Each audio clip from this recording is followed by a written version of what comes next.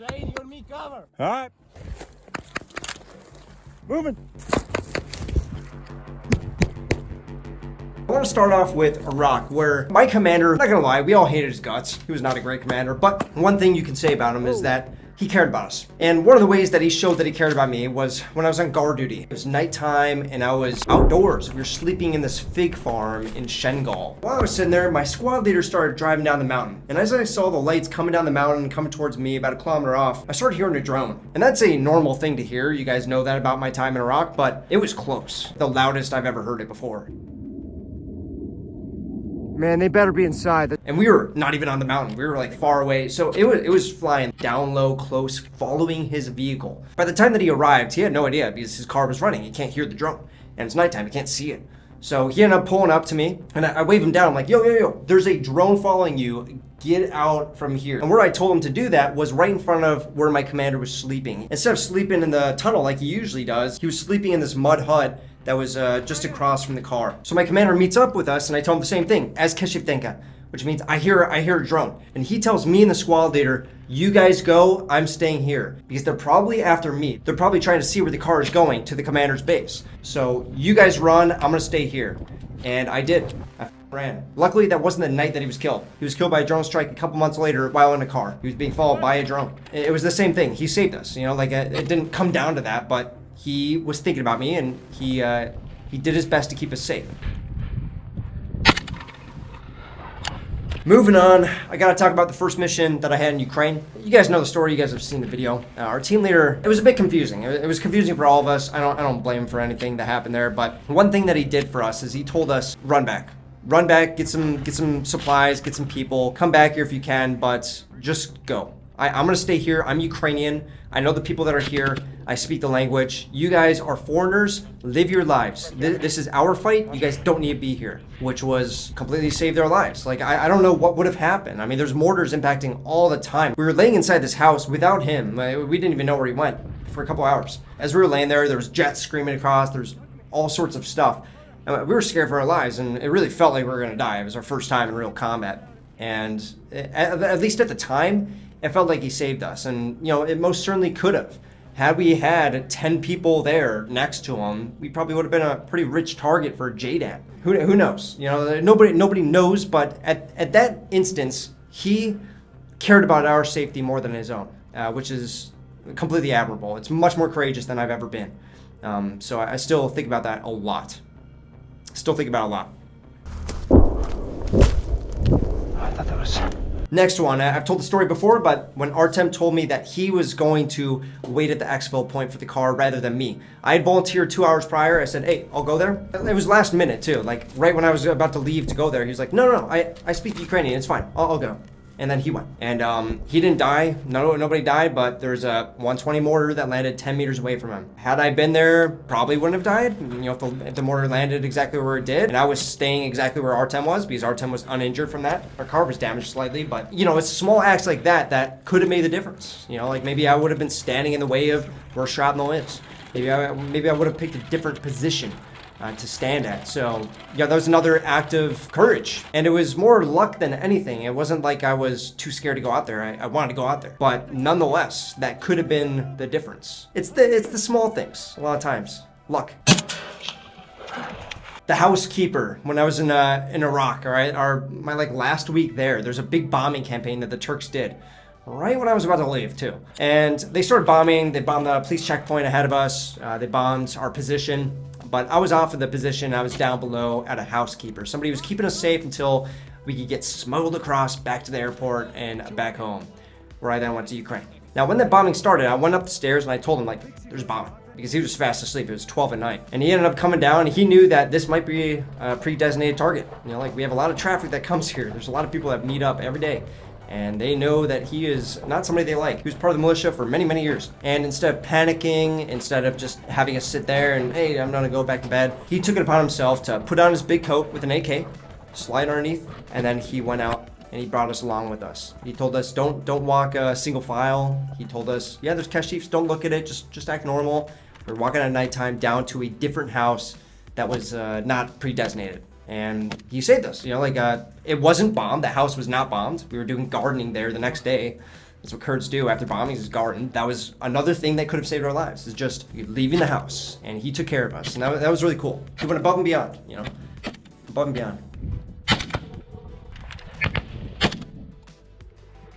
The next one is a couple occasions, but my team leader in that group, I can't say his name, but he's a fantastic man. He's done a lot of stuff in Ukraine, still is. When I was struggling, when I joined that drone unit, I didn't know what was going on when I started. I didn't even know how to fly a Mavic, really, and in attitude mode, which is a special mode that comes on when you hack the drone so it has no GPS. They taught me everything, but there's a lot of times where I was outside trying to mess around with the receiver, which I had never worked on before.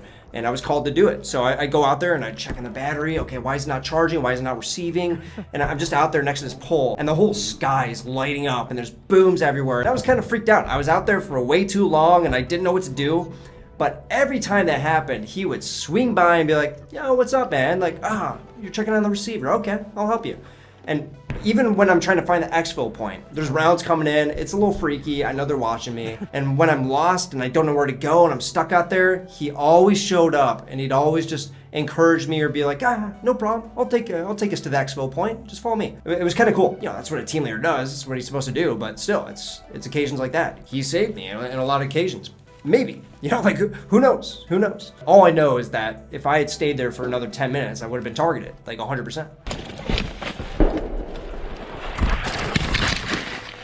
The next one is a little silly, but it's way back in the Marine Corps, about 10 years ago.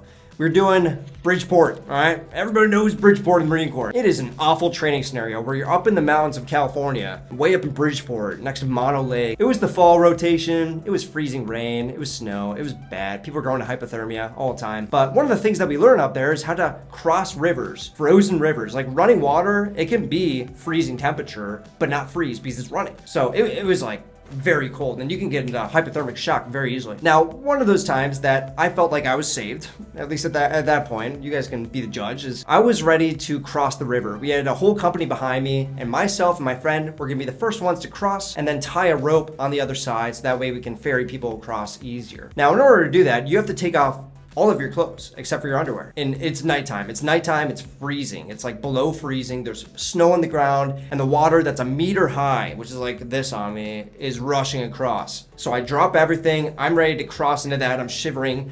And then right before we do it, one of the instructors who's in a different area, he tested the water temperature and he said, no, this is this is unsafe. Like these people could go into hypothermic shock as soon as they get into the river. If anybody's done the polar plunge or anything like that, jumping into a river when it's really cold, it takes your breath out. And this was like a 20-meter river. It was like fast current too. So they stopped and they said, nope, actually we're just gonna take the bridge and do a notional river crossing because this was unsafe. And to go on with that notional training that they're doing, we had SEAL Team 10, SEAL Team 10 up in the mountains to our left as Sniper Overwatch, who were watching over us as we're crossing the bridge. I don't know who saved my life there, but it was definitely unsafe and somebody made sure at the last second that we weren't gonna go and perish and be swept away in a freezing river. Target.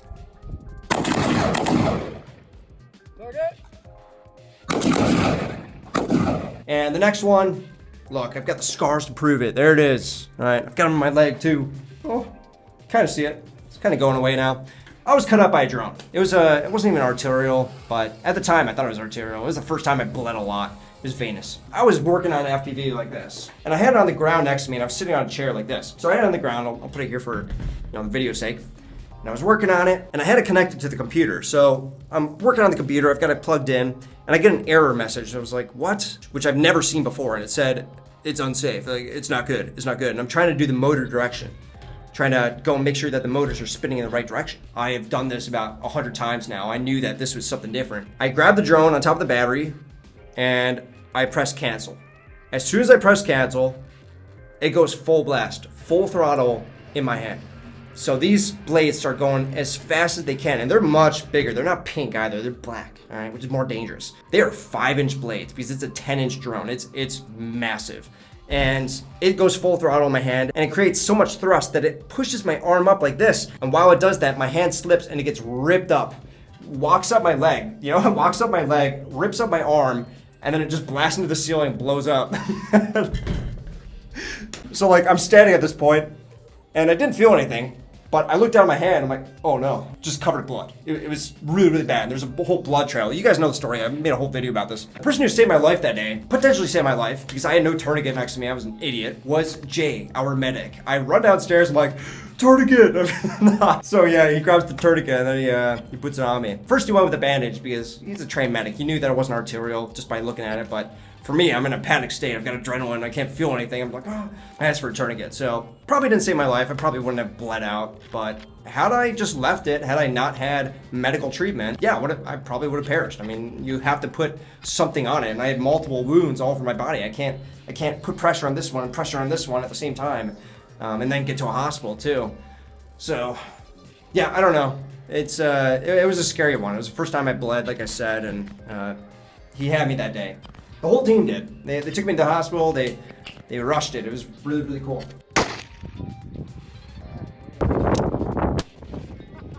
All right, moving on. Last one. I want to talk about our driver, our infill and exfil driver. This guy's a legend. His name's Sergey, all right? Like everybody else in Ukraine.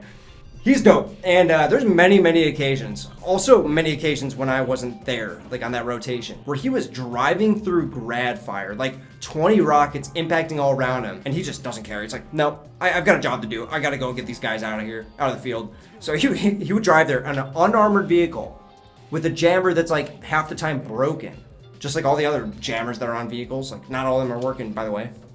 And he would show up every single time. Every single day, he would do multiple infills, exfills, which is the worst part of any operation in Ukraine, which is getting out of the building and having to trust in this driver. He always had our back, no matter if it was a pop tire, like we had in our second operation, no matter if there's grad fire or FPVs chasing, he had our back, and he always took us there, no matter what. He never panicked, never ran out, he never did a false gear or anything. He was cool as a cucumber, and you can see that in a lot of my missions where people are driving us. Really cool dude. He deserves the world. Like really, he saved us a lot of times. When he could have panicked, he thought about us, and he just got the job done. So really look up to him. Anybody who's a driver in Ukraine, we make fun of the motor T guys in the Marine Corps, but God, it is a tough job, and they get you out of some hairy situations. Just them and their really good training. So hats off to them. Anyway, that's about it.